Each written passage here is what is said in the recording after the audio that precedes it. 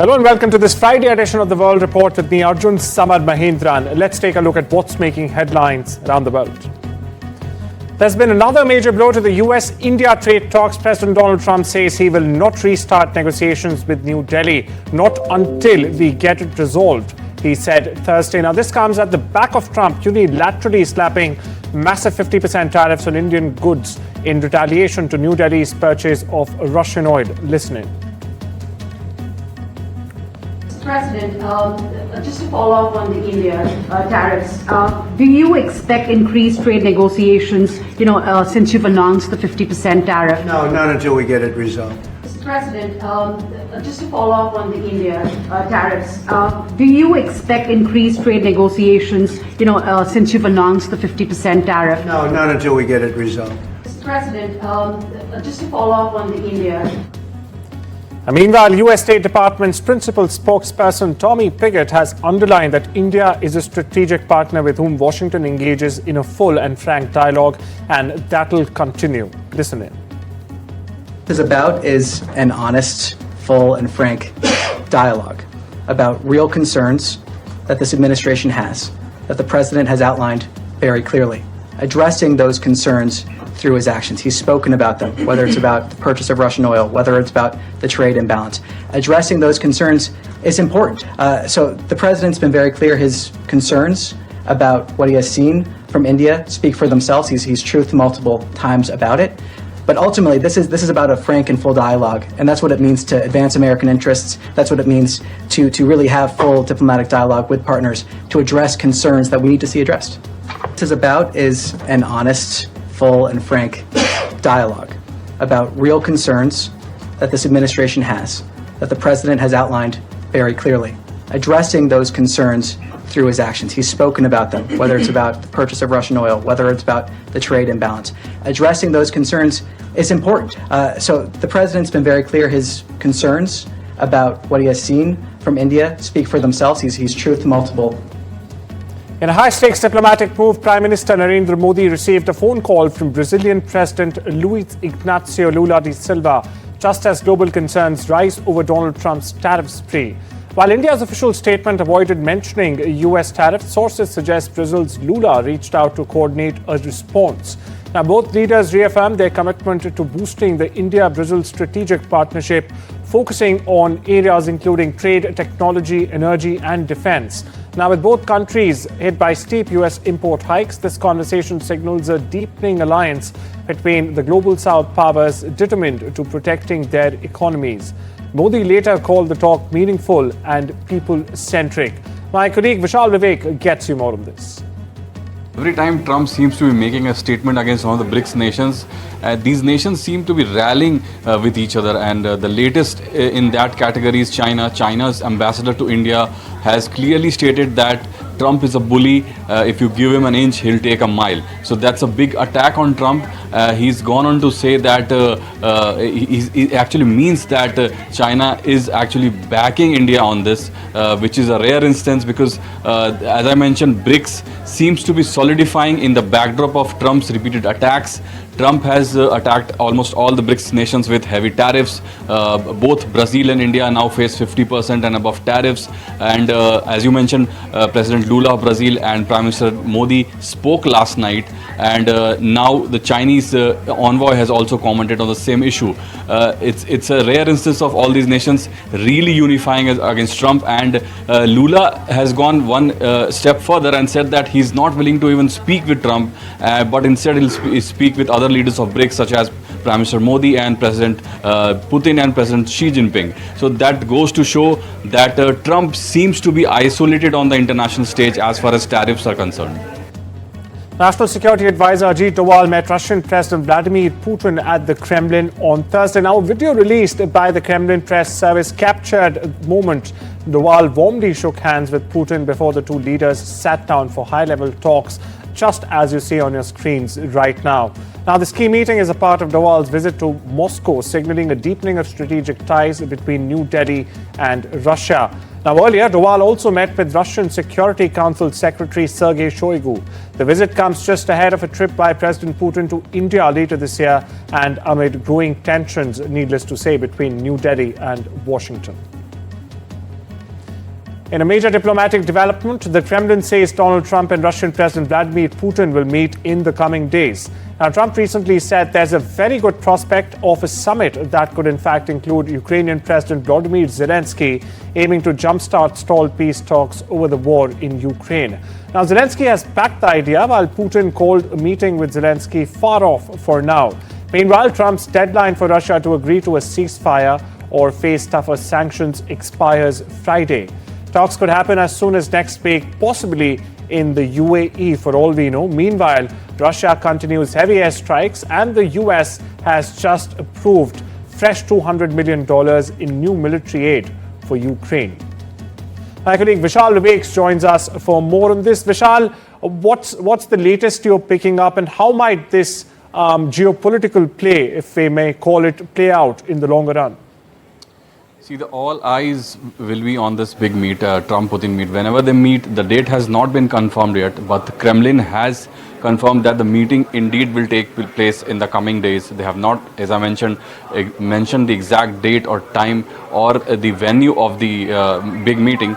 But whether or not this meeting will yield any results, that's the biggest question. Whether or not this will pave the way for the war to be ended, that is also another question, because this war has been grinding for more than 3 years now, killed thousands of people. Each month, thousands are getting killed. So far, there's no end in sight because there's a deadlock between both the sides, Russia and Ukraine. Both are standing their ground. Russia doesn't want to let go of the territory it has occupied. Ukraine, on the other hand, is not ready to relent. Russia has been gaining some ground in its summer offensive. Will it be willing to let go of that offensive, let go of that advantage? That is also one of the biggest questions. So far, Russian President Putin has stalled Trump on whenever the US side has tried to calm the situation down. The repeated talks have not yielded any result. This will be one of the biggest inflection points in the history of the war, but still the larger question remains whether this war will actually be ended. Summing it up, Vishal, 3 years down the line, diplomacy still remains in the doldrums. Thank you so much for getting us the latest there. Moving on and shifting our focus to the other conflict raging in the Middle East, where Israeli Prime Minister Benjamin Netanyahu's office says the country's security cabinet has approved a plan to take over Gaza City. Now, the decision taken early on Friday, the 8th of August, for perspective, marks another escalation of Israel's 22-month offensive launched in response to Hamas's October 7th attack. Families and supporters of the hostages, meanwhile, protested in Tel Aviv and outside Netanyahu's office in Jerusalem as the security cabinet discussed these plans. Some demonstrators also chained themselves to each other and warned that the move may very well be a death sentence of their loved ones. Meanwhile, NDTV World's Vishnu Shom gets you the latest from Jerusalem. Responding to a question which I posed to him here in Jerusalem on the potential impact on people in Gaza, whether there would be an increased number of casualties if Israel were to enhance their missions in the Gaza Strip, the Prime Minister of Israel, Benjamin Netanyahu, said that Israel didn't have any plans at annexing Gaza itself. However, there would be a significant move, it appears, in the near future, which would ultimately lead to the creation of a transitional authority which would look at the entire Gaza situation. Now, that transitional authority would only be created, or Gaza itself would be handed over to the transitional authority once there was a security perimeter which was created by Israel. Now, the boundaries of that transition, of what Israel plans in terms of the security perimeter were not defined to me, but it does appear that that's something which the Israeli armed forces, the Israeli government would look at very closely once they're able to separate Hamas terrorists from innocent people in the Gaza Strip. Benjamin Netanyahu also making it clear that the situation would be much better if Hamas were to lay down their arms immediately and call for a ceasefire, so that there could be a process of getting back the hostages, because that is the biggest priority of Israel. Remember, there are 50-odd hostages who are still in the Gaza Strip being held by Hamas. It's believed that the large number of them are alive. But this news of what Israel plans to do next with Gaza comes at a time when international efforts to try and bring a ceasefire in the Gaza Strip have failed. Israel has now decided to act to try and end that crisis in Gaza once and for all. The Prime Minister also making it clear to us that Hamas would not have any role in this transitional authority. In Jerusalem, with camera person Xavier Thomas, Vishnu Shobh for NDTV. Now shifting focus, Indonesia, the world's most populous Muslim-majority nation, is preparing Kalang, an uninhabited island on the northwest side of the country, to treat around 1,000 wounded people from the Gaza Strip. Now the announcement was made Thursday by Indonesia's Foreign Minister Sugiono, who, like other Indonesians, uses one name only. Now the minister said that Indonesia was looking at Kalang as a place to treat Palestinians because the island was used as a COVID treatment center recently, with the infrastructure already in place there. Here's more. Kita bersedia untuk merawat sampai 1.000 anak-anak ataupun korban terluka yang membutuhkan perawatan medis. Tentu saja dengan satu setujuan dari seluruh pihak terkait di sana, setujuan dari negara-negara tetangganya langsung, Jordan, Mesir, dan tentu saja otoritas Palestina sendiri. Dan dalam rangka persiapan itu kita juga menyiapkan alternatif lokasi di mana kita bisa menampung dan merawat mereka. We shift our focus westwards, where the Trump administration is doubling to $50 million reward for the arrest of Venezuela's President Nicolas Maduro, accusing him of being one of the world's largest narco traffickers and working with cartels to flood the U.S. with fentanyl-laced cocaine.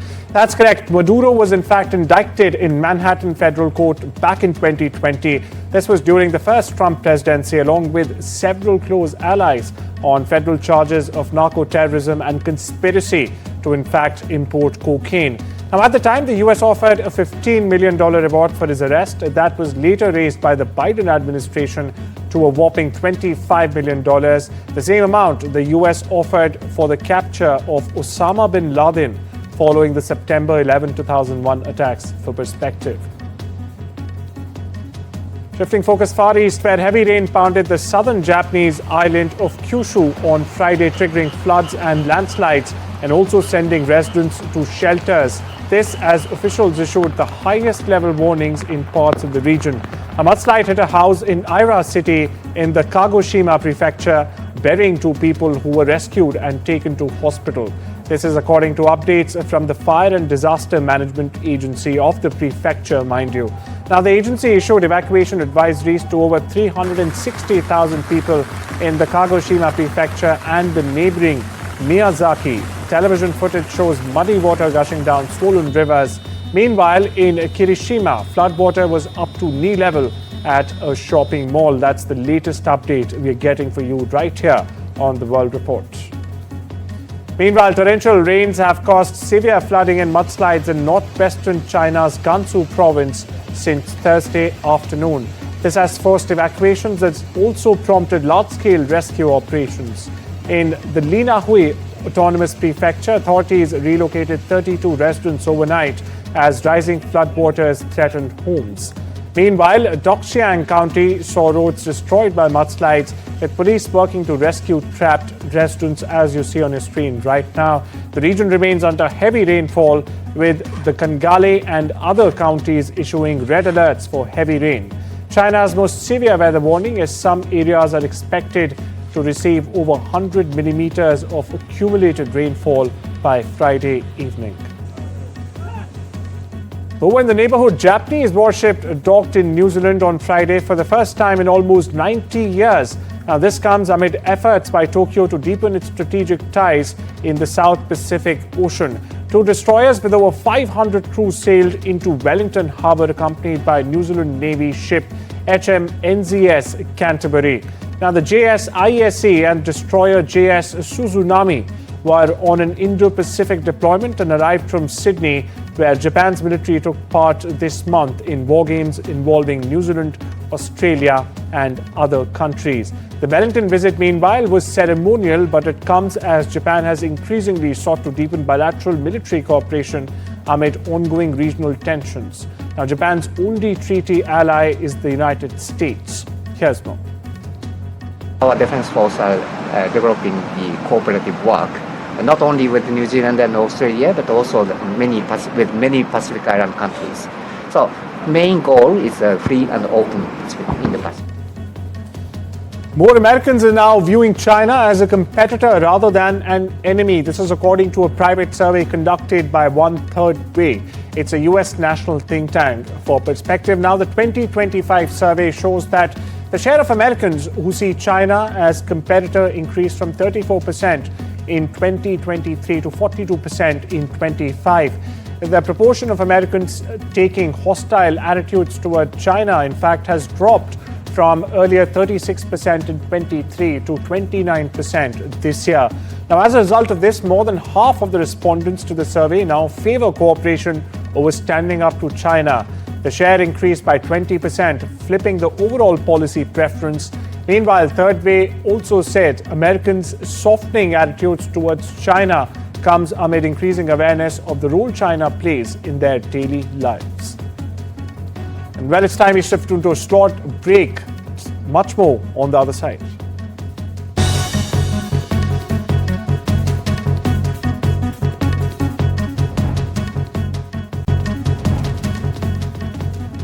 Welcome back. You're watching The World Report. Now we shift our focus to updates from the world of business, where OpenAI has launched ChatGPT-5, its latest AI chatbot, claiming it can deliver PhD-level expertise in coding, writing, and more.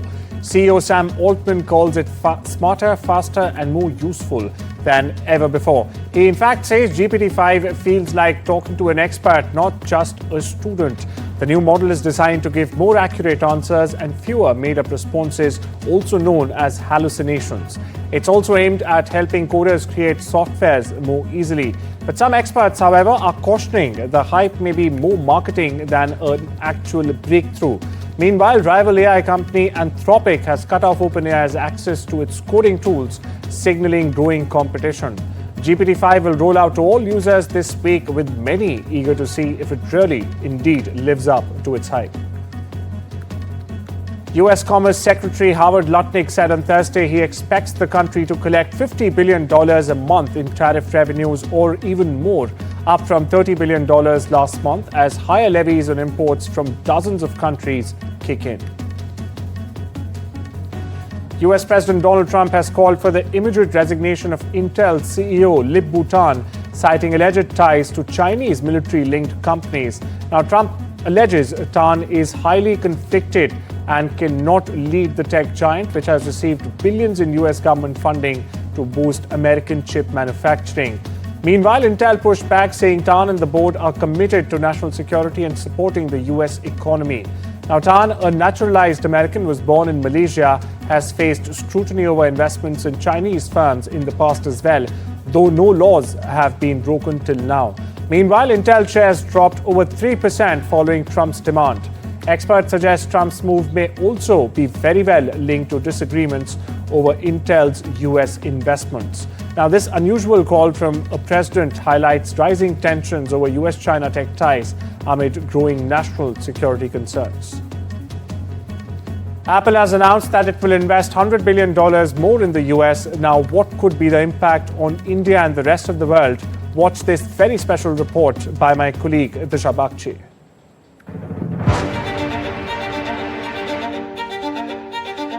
It seems Tim Cook is the new golden apple of Trump's eye. After months of facing pressure from the US president to shift Apple's manufacturing back to American soil, the chief of the tech giant took to a path many have ventured before, booing President Trump. Visiting the Oval Office, Cook didn't show up empty-handed. Along with announcing a fresh $100 billion investment in US manufacturing, he brought a unique golden gift, a piece of iPhone glass mounted on a 24-karat gold base. Today, Apple is announcing that it will invest $600 billion, that's with a B, in the United States over the next 4 years. That's $100 billion more than they were originally going to invest. And this is the largest investment Apple has ever made in America and anywhere else And it's just an honor to have you. As you know, Apple's been an investor in other countries a little bit. I won't say which ones, but a couple. And they're coming home. President, we took that challenge very seriously. I'm glad to be here with you today, and I'm very proud to say that today we're committing an additional $100 billion to the United States, bringing our total U.S. investment to $600 billion over the next 4 years. While it seemed like a simple glass disc, it signaled Apple's Make in America commitment and scored a big win in Trump's tariff war. Trump's new 50% levies on India have left out smartphones, a crucial factor given India recently surpassed China to become the largest exporter of iPhones to the US. Apple will also dodge incoming new tariffs on semiconductors, since it committed to building iPhone components in the US. While these high tariffs no longer spell trouble for Apple, they still hurt the tech giant, with Cook saying tariffs will likely cost the company $1.1 billion this quarter alone. In India, the tariff bite won't spoil the Apple harvest, as manufacturers have remained firm, going ahead with plans to produce the next iPhone in India. Yet with Apple pushing its manufacturing back home, remains to be seen what the future holds for Apple in India. Disha Bagchi for NDTV. Now we shift our focus to the world of sports, where the 12th World Games was officially declared open in Chengdu city of southwest China's Sichuan province on Thursday evening. Chinese state councillor made the declaration during the opening ceremony, which was held at the Tianfu International Convention Center. Running from the 7th of August to the 17th, the Chengdu World Games will feature more than 256 events across 60 disciplines in 34 sports, with a record-breaking 6,679 participants from 116 countries and regions taking part. Now, this also includes 3,942 athletes. Meanwhile, more than 8,600 volunteers have also been recruited for the Games, which are being supported by more than 500 urban service stations to assist athletes and visitors alike. During the opening ceremony, athletes from various countries interacted with the mascots of the Chengdu World Games, Shubao and Jinzai. The Chengdu World Games featured a torch relay on July 26 at the iconic museum at the cultural heart of southwest China's Sichuan province, with 120 torchbearers participating in the milestone moment. We shift our focus to the world of entertainment, where actor Gina Carano has set her federal lawsuit against Lucasfilms and his parent company, the Walt Disney Co., over a claim that she was fired from The Mandalorian in 2021 for expressing right-wing views on social media. Now, the specific terms of the agreement were not made available. Well, that's all we have for you on the World Report this Friday. Have a lovely weekend. See you again on Monday.